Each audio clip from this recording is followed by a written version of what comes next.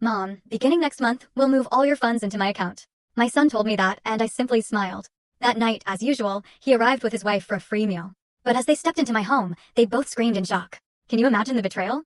My own son, the boy I sacrificed everything for, looked me in the eye and coolly told me he was taking over my finances. As if I were a clueless child. As if he was doing me a favor.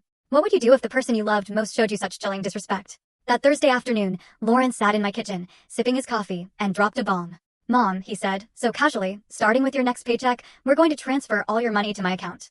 My blood ran cold. 62 years old, and he was talking to me like I was incapable of managing my own life. I just stared at him, searching his eyes for some flicker of an explanation, some sign of the son I raised alone, the son I fed with the sweat of my brow. Nothing. Just that calm smile, the unsettling confidence of someone utterly in control. So I took a deep, shaky breath and, to my own surprise, I said yes.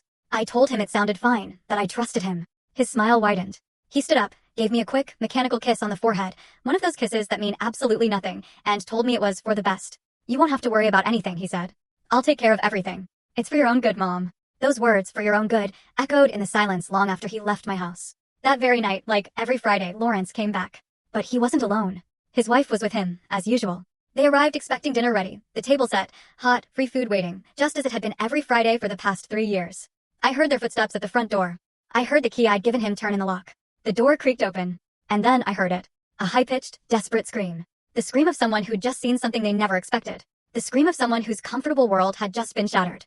I stayed perfectly still, seated in my chair in the empty kitchen, in my empty house, listening to that scream bounce off the bare walls.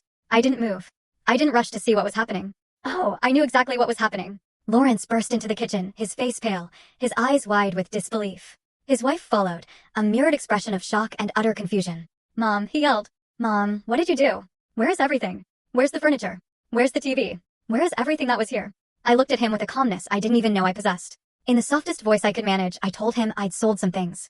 I needed the money, I said. After all, if he was going to be managing my finances, I needed to make sure I had some cash first, right? His face morphed from pale to a dark, furious red. Shock turned to rage. He took a step towards me, and for the first time in my life, I saw my son for who he truly was. Not the boy I'd raised. Not the young man I'd helped build a life. But a stranger. Someone looking at me with pure contempt, with a full story on the channel. Link below. Click now and watch what happened next.